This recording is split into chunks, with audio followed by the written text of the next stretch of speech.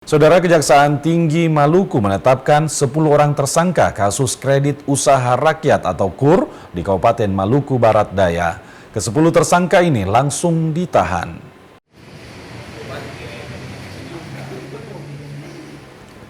Usai jalani pemeriksaan kurang lebih 8 jam, 10 tersangka kasus dugaan korupsi kredit usaha rakyat atau KUR BRI Unit Tiakur periode 2019-2022 ini langsung ditahan.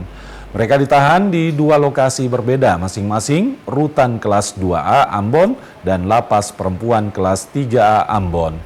Ke-10 tersangka ini diantaranya mantan kepala unit, mantri, dan 8 orang calo. Mereka bersama-sama memuluskan pencairan KUR dengan mengumpulkan KTP warga.